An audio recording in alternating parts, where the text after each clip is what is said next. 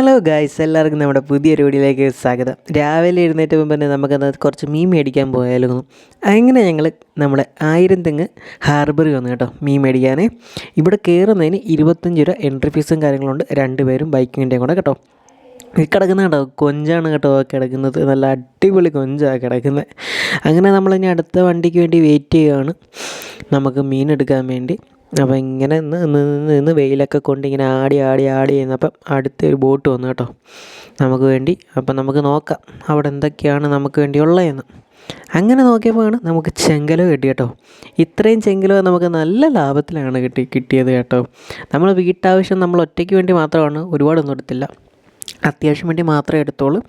ഒരു ഫാമിലി 5-6 ഫാമിലിയായിട്ടൊക്കെ വരുവാണെങ്കിൽ ഒരു ബൾക്കായിട്ട് എടുക്കുവാണെങ്കിൽ നല്ല ലാഭത്തിന് നമുക്ക് ഫ്രഷ് സാധനം കിട്ടും കേട്ടോ. നല്ല ഫ്രഷ് ആയിരുന്നു ചെങ്കലവ. പിന്നീട് അയില കിട്ടിയായിരുന്നു.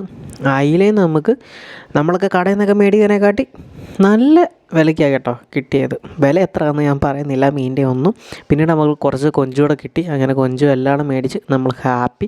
ഒരു 5 ദിവസത്തേക്കുള്ള മീനെല്ലാം പാഴ്സൽ ചെയ്തിട്ടാണ് നമ്മൾ അവിടെ നിന്ന് ഇറങ്ങിയത് കേട്ടോ. അത്യാവശ്യം നല്ല മീനായിരുന്നു.